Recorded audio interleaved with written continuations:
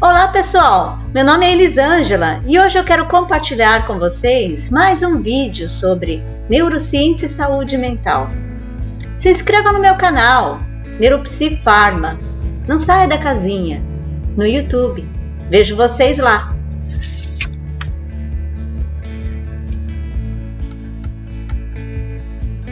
Hoje iniciaremos um vídeo sobre emoções, né?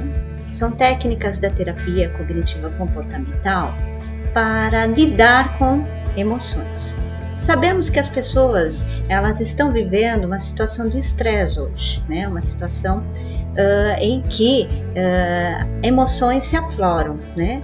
Então, podemos citar aqui o Covid-19, a situação de quarentena. Então, as pessoas estão tendo que ficar isoladas, elas não podem entrar em contato com familiares ou amigos, né? E algumas pessoas estão ficando sozinhas em casa, né? Então, esse vídeo eu estou construindo esse vídeo, eu construí esse vídeo para vocês com o intuito de auxiliá-los a lidar com as emoções, né? Então, o que é uma emoção? Né? A emoção, ela define-se como um mecanismo de adaptação. Adaptação do indivíduo ao seu meio ambiente e ao seu meio social, né? Ao grupo social onde ele está inserido. E qual é o objetivo da emoção? O objetivo é garantir sobrevivência. Então, a emoção, ela é um modo de adaptação da pessoa ao meio ambiente e ao seu vínculo social, sendo familiares ou amigos, né? Então, veja como uma cognição primitiva. Então, é um modo de você rastrear o seu meio ambiente, né? E vamos dizê-lo assim, percebendo, né? E através dessa percepção, você tem emoções, né? Então, quais seriam as emoções? Nós temos várias emoções. Aqui podemos citar o medo, né? A ansiedade, né? A tristeza, o cansaço também demarca, né? A irritabilidade, né? Mas também nós temos emoções positivas, como alegria, felicidade, né? Uma sensação de bem-estar, orgulho de si mesmo, né? São emoções. No entanto, nós vamos aqui focar em sintomas dessas emoções. Sintomas aqui, eu vou tratar dos sintomas da ansiedade, tá? Então, os sintomas da ansiedade, a gente vai usar aqui a sigla SA, né? Eu vou dar uma lista de sintomas numerados para vocês, para que vocês possam mais à frente efetuar uma atividade, né? Utilizando esses números para identificação do tipo de sintoma, ok? Então aqui os sintomas da ansiedade. O primeiro, número 1, é nervosismo. O segundo, preocupação frequente. O terceiro são tremores, espasmos musculares. O quarto é uma tensão muscular. O quinto, a inquietação. O sexto, batimento cardíaco acelerado. O sétimo, boca seca. O oitavo, urinação frequente. O nono, dificuldade para engolir. É uma sensação de bola na garganta. Tá? O décimo, sente-se tenso. A pessoa está tensa. O 11º, facilmente assustado. 12º, dificuldade de concentração e de memória. O 13º, a dificuldade para dormir. 14º, irritabilidade. O 15º, pensamentos frequentes de perigo. E o 16º, vendo-se incapaz de lidar com as dificuldades. Então, esses são sintomas de ansiedade, o SA. Agora, vamos tratar dos sintomas depressivos. SD. Então, o número 1 dos sintomas depressivos é o número 1, humor triste. O segundo é sentindo-se culpado. O terceiro é humor irritado. O quarto tem menos interesse nas atividades, menos prazer em atividades que antigamente gostava bastante, né? O quinto, evita pessoas. O sexto, dificuldade para se concentrar, dificuldade de memória e para tomar decisões. O sétimo é pensamentos de morte frequente. O oitavo é baixa da autoestima. O nono é sem esperança quanto ao futuro. O décimo, pensamentos de autocrítica. O décimo primeiro, cansaço e perda de energia. E o 12º, alteração do padrão do sono. Então, o que nós vamos fazer? Nós vamos identificar e mensurar esses sintomas, né? Então, a partir dos sintomas relacionados, né, nós vamos identificá-los, né, sejam sintomas ansiosos ou depressivos, tá? E vamos mensurá-lo numa escala analógica, numa régua, tá? Para determinar a intensidade desses sintomas. Tudo bem? Ok. Então, nós vamos fazer o quê? Nós vamos identificar e medir os sintomas. Como vamos fazer isso? Tem uma dada situação específica, que você apresenta certos sintomas, daqueles listados anteriormente, ou sintomas de ansiedade, ou sintomas depressivos, ou ambos. Tá? Então, vamos pegar aqui uma situação hipotética. Tá? Hipotética. Você precisa almoçar com os seus familiares. Tá? E você percebe que você tem um sintoma. Então, primeiramente, você vai empregar uma régua. Essa régua é uma régua que mede a intensidade de sintomas. Então, ela inicia por 0, que é nada de sintomas, e vai até 100, que é sintoma grave. Tá? Então, vejamos aqui. Então, de 0 é nada, de 10 é um sintoma leve, de 20 a 40 é um sintoma moderado, leve, de 50 a 70 é um sintoma moderado, grave, e de 80 a 100 é um sintoma grave, um sintoma bem forte que você sente. Então, você tem uma situação que você tem que almoçar com familiares. E aí você percebe que, nesse momento, você começa a ter um sintoma, por exemplo, aqui, de ansiedade. Você demarca na régua que você tem 50, o valor de 50, a intensidade 50 do sintoma de ansiedade tipo 1, que é nervosismo. Não vamos aqui ainda entrar no porquê que você se sente nervoso por ir almoçar com os familiares. Não. Primeiramente, você vai identificar, você vai prestar atenção em si mesmo e vai observar que você está com um sintoma.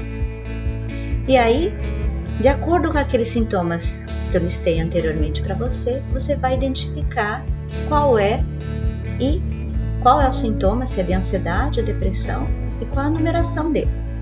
Tá ok? Então, agora você já determinou.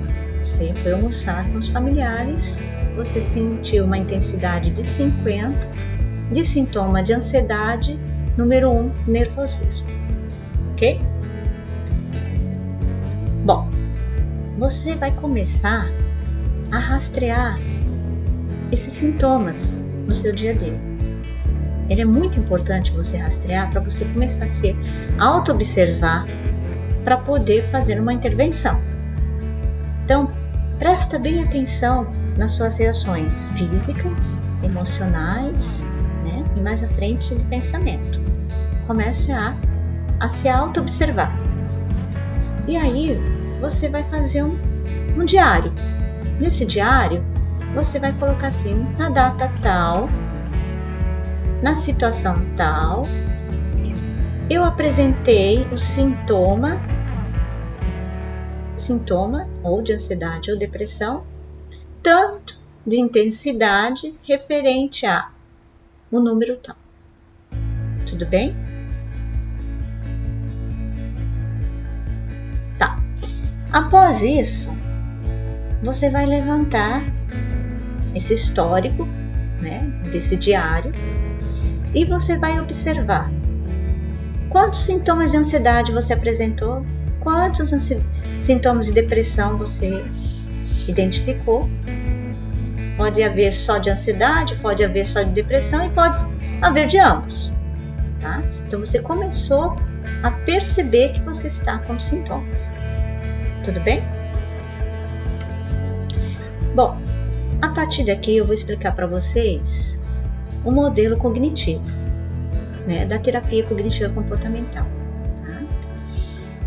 É importante você entender que os sintomas, as emoções, elas não vêm sozinhas, elas são acompanhadas. Elas são acompanhadas de pensamento e acompanhadas de comportamento. Tá? Então, aqui eu apresento para vocês um esquema. Tá? Esse esquema tem figuras para ilustrar, ser mais fácil de compreender como é que funciona esse modelo cognitivo. Né? Então, tem uma dada situação. Essa situação pode ser uma situação perigosa, ou de catástrofe, ou triste, como também não precisa ser. Por quê? Porque essa situação, ela vai deflagrar em você emoções, pensamentos e comportamentos. Pode ser para outras pessoas uma situação neutra, mas para você não, tá? Então tem uma dada situação que para você não é uma situação legal. Quando isso ocorre, rapidamente na mente da gente vem pensamentos automáticos. O que são pensamentos automáticos? São pensamentos, eles vêm como um flash, eles vêm como às vezes como um filme ou uma frase muito rápida. Às vezes a gente nem percebe. Só que ele chega, ele altera a sua emoção e altera o seu comportamento. Porém, pode acontecer de você estar numa situação e apresentar um comportamento. Vou explicar melhor. Vamos dizer que é um final de semana, você está sozinho em casa e você passa o dia inteiro na cama. O seu comportamento foi de não fazer nada e ficar o dia inteiro na cama. Daqui a pouco você percebe que você está com o humor irritado e que você está com alguns pensamentos, vamos dizer assim, não bons. A gente chama de ruminação. Pensamentos que vão e voltam e pensamentos que não são bons para você. Então, o fato de você ficar em casa sozinho, deitado o dia inteiro, não fazendo nada, alterou o seu humor e alterou o seu pensamento. O que eu quero trazer com isso? Eu quero trazer que o pensamento, a emoção e o comportamento são um sistema. Eles são ligados entre si e um influencia o outro. Então, às vezes, é um pensamento que surge que vai alterar a sua emoção e o seu comportamento. Às vezes, é um comportamento seu que vai alterar o seu humor e o seu pensamento. E, às vezes, é uma emoção que vai alterar o seu comportamento e a sua emoção. Vamos dizer aqui uma emoção positiva. Você encontrou pessoas que você gosta, né? E trouxe uma sensação assim de alegria por vê-la, essas pessoas, né? Você teve o comportamento de rir, você expressou a risada e veio pensamentos bons, dizendo: puxa, que legal que eu encontrei essas pessoas, né? como elas me fazem bem, né? Então você percebe que o sistema pensamento, emoção e comportamento, eles se auto-influenciam. Então não tem como separar, eles vão juntos, tá? O exemplo que eu trago aqui para vocês é uma situação catastrófica, tá? Aqui está tendo um tsunami, e aí tem aqui uma representação aqui de um desenho onde a pessoa demonstra que está andando para lá e para cá porque está com um pensamento na mente que está deixando ela, né, vamos dizer assim, não queria trazer emoção e nem comportamento. Algum pensamento que não sai na mente, não sai da mente dessa pessoa, né? Ela fica pensando o tempo todo, não consegue tirar. A gente chama de pensamento de ruminação. O que é ruminação?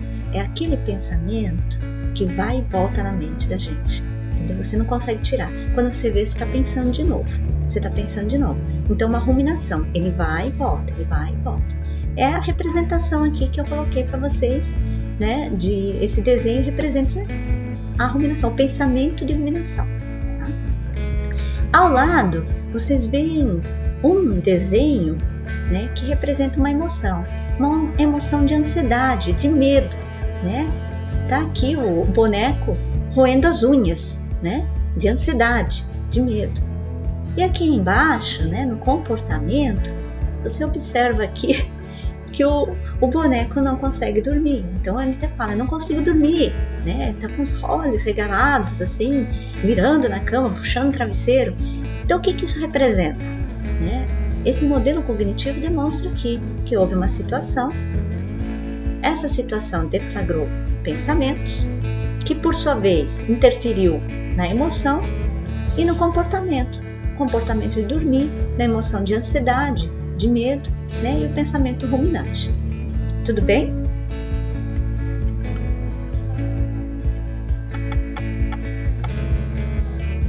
Bom, então seria o próximo estágio, né? Você rastreou ali os sintomas, você rastreou as situações, né? E você conseguiu rastrear, né, a intensidade desses sintomas frente a dada situação. Então agora, o que iremos fazer seria o registro desses pensamentos. Pensamentos disfuncionais, como eu disse para vocês, são pensamentos automáticos, eles vêm rapidamente na mente, disparados, às vezes você não identifica, às vezes eles podem vir na forma de imagem ou uma forma de filme. Então tenta rastrear o pensamento. O pensamento não é emoção e não é comportamento. Tá? Então, nós vamos preencher mais um roteiro de diário. Tá? Esse roteiro diário, ele é mais um passo à frente, porque ele vai identificar o pensamento que está alterando a sua emoção. Então eu botei aqui como exemplo. Tem dada a situação, a pessoa está em casa sozinha. E de repente, essa pessoa começa a se sentir triste, tem uma tristeza. E essa tristeza tem uma intensidade de 80. Aí ela começa a prestar atenção e vê, né, percebe um pensamento que é: eu não sei viver sozinha. Isso é um pensamento. O pensamento não é a tristeza. O pensamento é como se fosse uma frase, uma imagem ou um filme. Então, o pensamento que ela rastreou: não sei viver sozinha. Aí o comportamento. Qual foi o comportamento dessa pessoa? Foi para a cama e ficou o dia inteiro na cama, tentando dormir, tentando fugir. Né? Então, nesse modelo cognitivo que eu trago para vocês, você vê, a situação foi ficar em casa sozinha. O pensamento foi: não sei viver sozinho. A emoção foi tristeza de intensidade 80. E o comportamento foi ficar na cama o dia inteiro. Tudo bem? Vocês compreendem? dá um like ou comenta no final comenta no vídeo, traz algumas informações que eu possa vir a ajudá-los em relação a isso, tá? Eu preciso ter um feedback de vocês.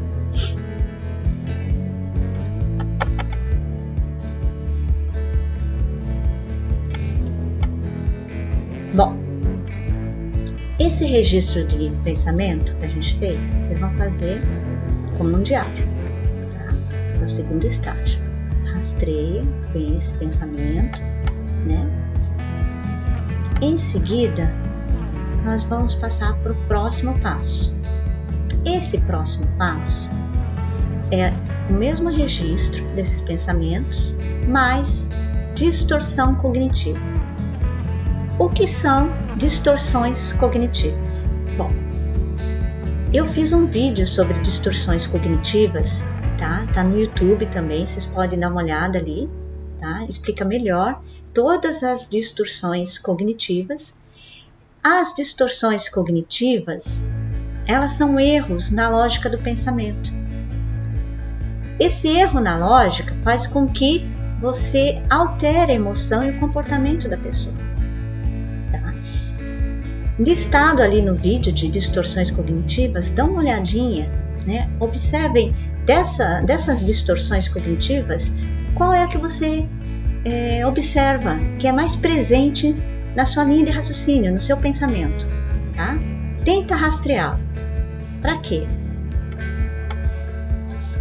Bom, nós vamos então colocar as situações, os estados emocionais, os pensamentos, os tipos de erro na lógica, que são as distorções cognitivas, e o comportamento. Então é mais um passo à frente para o autoconhecimento seu.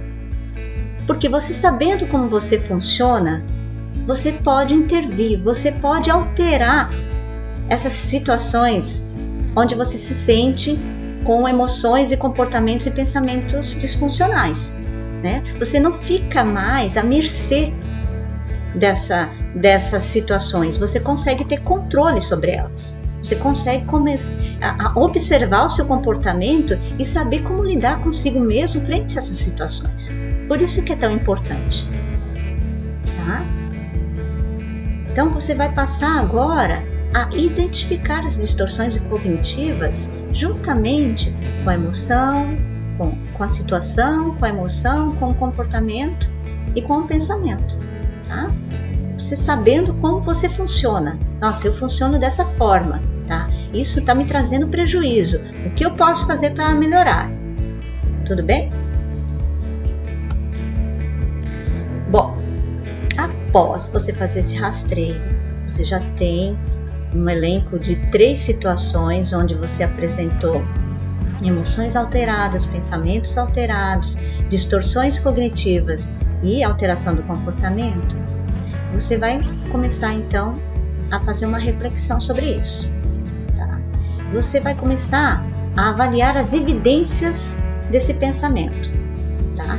Tal pensamento surgiu na sua mente, um pensamento automático, um pensamento disfuncional que alterou a sua emoção e o seu comportamento. Você sabe que ele tem um erro de lógica. O erro de lógica é a distorção cognitiva, tá? Então você vai começar a fazer uma avaliação de evidências. Bom, esse pensamento, ele é realista? Primeira coisa, você tem que pensar se ele é realista, tá? Bom, após isso, você vai tentar encontrar evidências a favor e a contra esse pensamento. Bom, você vai listar as evidências a favor do pensamento e contra o pensamento. Após você fazer isso, você vai ver assim, você vai avaliar quantas evidências tem a favor, quantas evidências tem contra. Tá?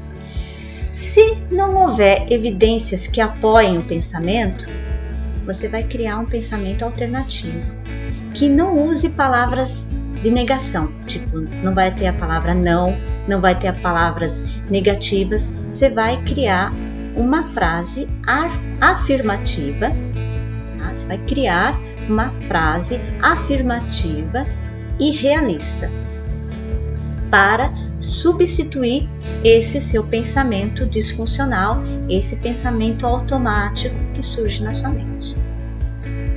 O que a gente vai fazer é tentar fazer uma reprogramação do seu pensamento.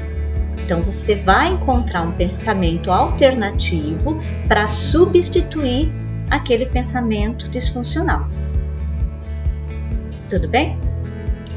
Porém, se você observar que as evidências apoiam ou apoiam parcialmente esse pensamento, você vai avaliar novamente os prós e contras, tá, do pensamento e vai elaborar um pensamento compensatório. Por exemplo, estamos numa situação de pandemia, muitas coisas a gente não pode fazer nesse momento. Vamos supor que você está isolado e sozinho numa casa ou num apartamento, você só tem contato com as pessoas por telefone, ou por internet, ou Skype, ou outras redes sociais. E isso realmente é a situação. Hoje eu estou sozinho, certo? O que você pode pensar como um compensatório? Apesar de eu estar sozinho, isso é temporário. É um tempo que eu precisarei estar nessa situação.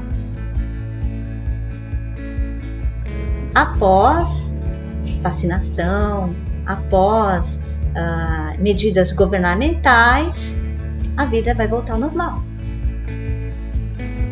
Compreende o que é um pensamento compensatório? Ele não está negando que você está sozinho, tá? Você só não está dizendo que você não pode viver sozinho, que é uma frase negativa, né? E com uma disfunção. Você vai trazer para si, não, realmente eu estou sozinho. Porém, isso é temporário. Né? É assim que você deve trabalhar para conseguir alterar o seu pensamento disfuncional. Tudo bem?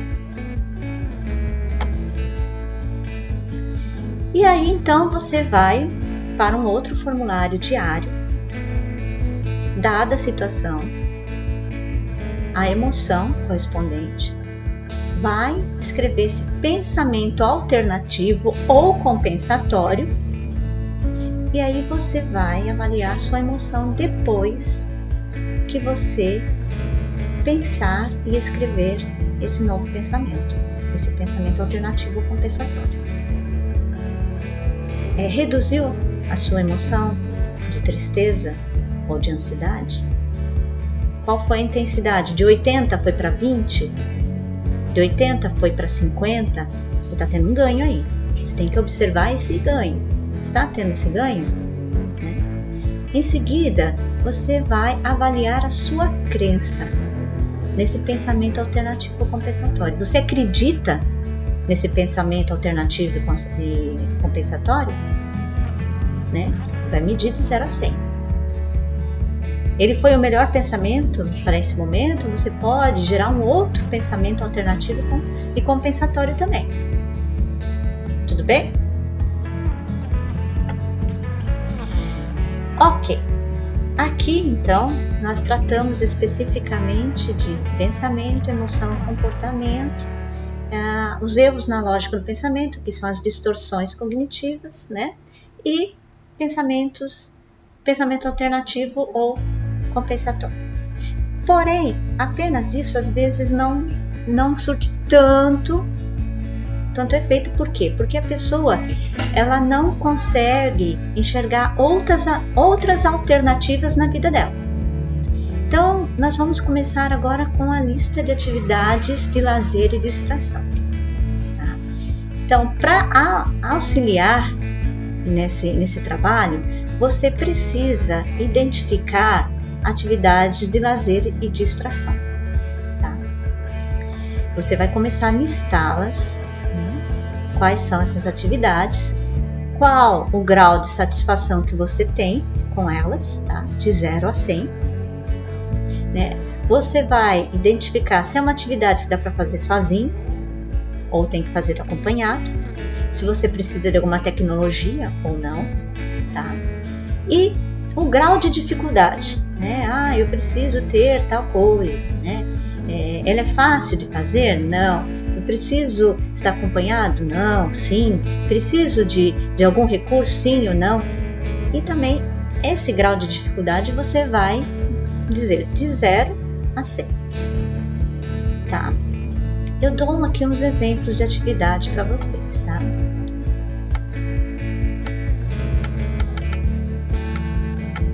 Aqui as atividades que eu trago de exemplo para vocês, vamos dizer atividades para fazer indoor, né? Você pode fazer ginástica, você pode efetuar uma leitura, um estudo, você pode fazer um curso online, né? Você pode ter atividades artesanais, algumas pessoas costuram, outras pintam, né? Pense nessas atividades. Em seguida você vai fazer um calendário, tá? Você vai fazer um cronograma de atividades para a sua semana. O importante é manter a sua mente ativa, tá? Você tem que manter a sua mente trabalhando, ativa, e você ter horário para fazer as coisas. Então, eu vou acordar 8 horas da manhã, eu vou tomar o meu café da manhã, eu vou tomar o meu banho, após isso, eu vou fazer tal atividade de tal hora a tal hora, tá? Você precisa preencher o seu tempo com atividades prazerosas e que te trazem crescimento, tá? E manter a sua mente trabalhando, tá? Trabalhando positivamente, a mente ocupada e trabalhando. Por isso tem que ser feito esse planejamento, esse cronograma, tá ok? Faça de um modo que você se sinta confortável, né? Tem gente que lota o calendário. Não é para isso, não é para lotar o calendário. Você vai fazer essas atividades para você tirar um bem-estar, não para cobrança, não para se sentir cobrado em relação a isso, tá? Então, como eu citei aqui, né? Eu botei aqui os exemplos: leitura, fazer ginástica, costurar, ter um contato social via internet, celular, rede social, né? Aqui são os exemplos. E também tem técnicas que podem lhe ajudar a ter um relaxamento. Eu deixei no YouTube também uma técnica de respiração, tá? Ela é muito interessante, tá junto desse grupo de técnicas que eu tô deixando para vocês, né? Então são vídeos separados, dá uma olhadinha ali, tem a técnica de respiração. Uma que é muito interessante é a 336, que eu deixei ali para vocês, tá? Qual a intenção, né? O que ela traz? É um controle da respiração e aprendizado de respostas biológicas de relaxamento. Ela é bem indicada para pessoas que sofrem de ansiedade, né? Então, dá uma olhadinha ali, vocês vão ver essa técnica, a respiração 336 ali no YouTube.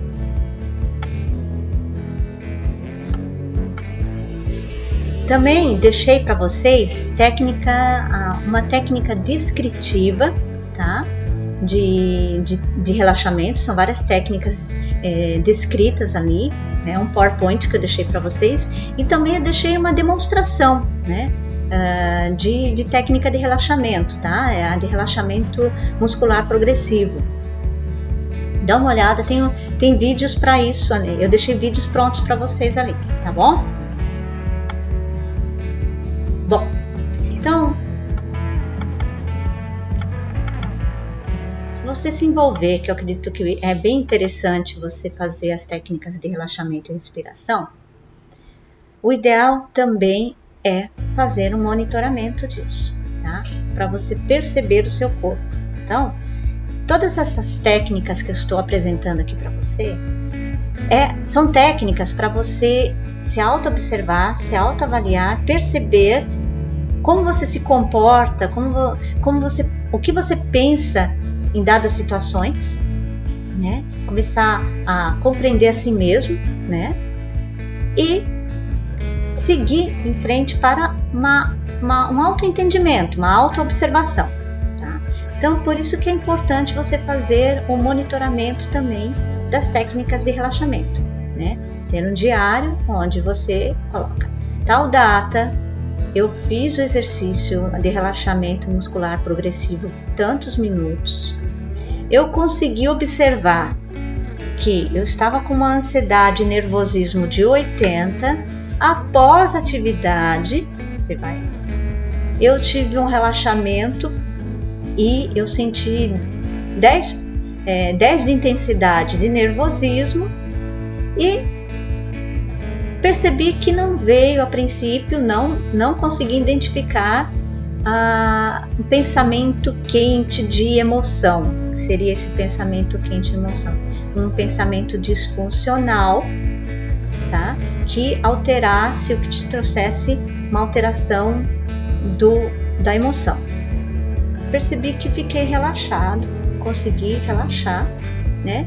E só um pouco ainda tenso muscularmente, senti os meus ombros um pouco tenso, a batata da perna um pouco dolorida, né? Mas a intensidade então da ansiedade foi 10.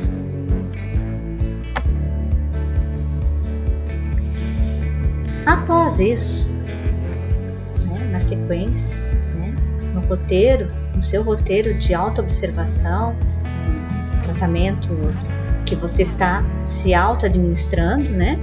Você vai fazer uma observação do seu estado de tensão muscular. Então, você vai continuar observando a situação, o pensamento, a emoção, o comportamento. Vai trabalhar para inserir aquele pensamento alternativo na sua mente. Vai fazer as técnicas de respiração e de relaxamento e a partir daí você vai começar a observar a sua tensão no seu corpo. Você vai começar a perceber assim, bom, eu acordei hoje de manhã cedo, bom, como é que eu estou? Eu estou sentindo um pouco de dor nas costas. Tá, beleza. Aí você vai determinar ali o grau de tensão. Bom, eu estou de 50 de intensidade com tensão muscular. Aí você vai aplicar aquele relaxamento, afrouxamento. Das técnicas de relaxamento muscular progressivo, você vai trabalhar especificamente aquele músculo que você está sentindo tenso. Tudo bem? Aí você vai observar. Legal, consegui relaxar, foi fácil. Beleza. Não foi tão fácil. Foi mais difícil, ainda não consegui dar conta. Acho que vou ter que fazer a técnica de relaxamento muscular progressivo. Então, daí você vai determinar de 0 a 100 o quanto foi fácil, né? Se conseguiu ou não relaxar, né? E se vai ser necessário aplicar a técnica de relaxamento naquele momento. Tudo bem?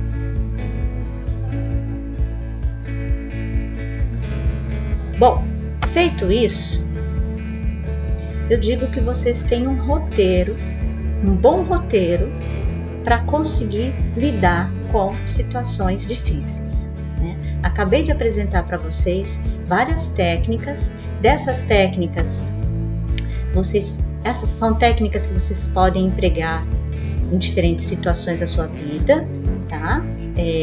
Frente a diferentes problemas ou alterações de pensamento, emoção e comportamento que vocês apresentaram, para vocês conseguirem se adaptar e lidar melhor com essas situações rotineiras da vida, onde você observa que você tem alterações de humor e que você não consegue lidar, tá? Eu espero que vocês consigam empregar bem essas técnicas e que vocês tenham um ganho com elas, né? Porque elas são, de certa forma, básicas, mas muito importante para as pessoas entenderem a si mesmos e conseguirem ter um controle sobre si em dadas situações. Espero que vocês realmente tenham bons resultados empregando essas técnicas. No entanto, tem uma questão aqui que eu quero apresentar para vocês que é muito importante, que vocês não podem abrir mão. Se vocês perceberem que os seus sintomas são fortes e persistentes, peça ajuda profissional, tá? Não deixem para depois, não vão protelando, deixando, não. Busquem ajuda profissional. É muito importante isso, porque às vezes a gente não tem como ter controle sobre essas situações. Nós estamos com umas alterações já de longo prazo do pensamento, da emoção, do comportamento, e isso está realmente muito forte na pessoa, né? Então, busque ajuda profissional. Há profissionais da área de saúde mental, psicólogos e psiquiatras que estão aí disponíveis para ajudar, tá? Busque ajuda se vocês sentirem realmente que, né, não conseguem lidar com a situação, tá muito difícil, são muitos sintomas, procurem ajuda, tá? Não fiquem protelando, tá? Eu espero que eu tenha ajudado vocês e obrigada por assistir os meus vídeos, tá? Dá uma olhada, tem outros vídeos ali que vocês podem empregar para esse controle emocional de pensamentos e comportamentos, tá bom? Obrigada! Tchau, tchau!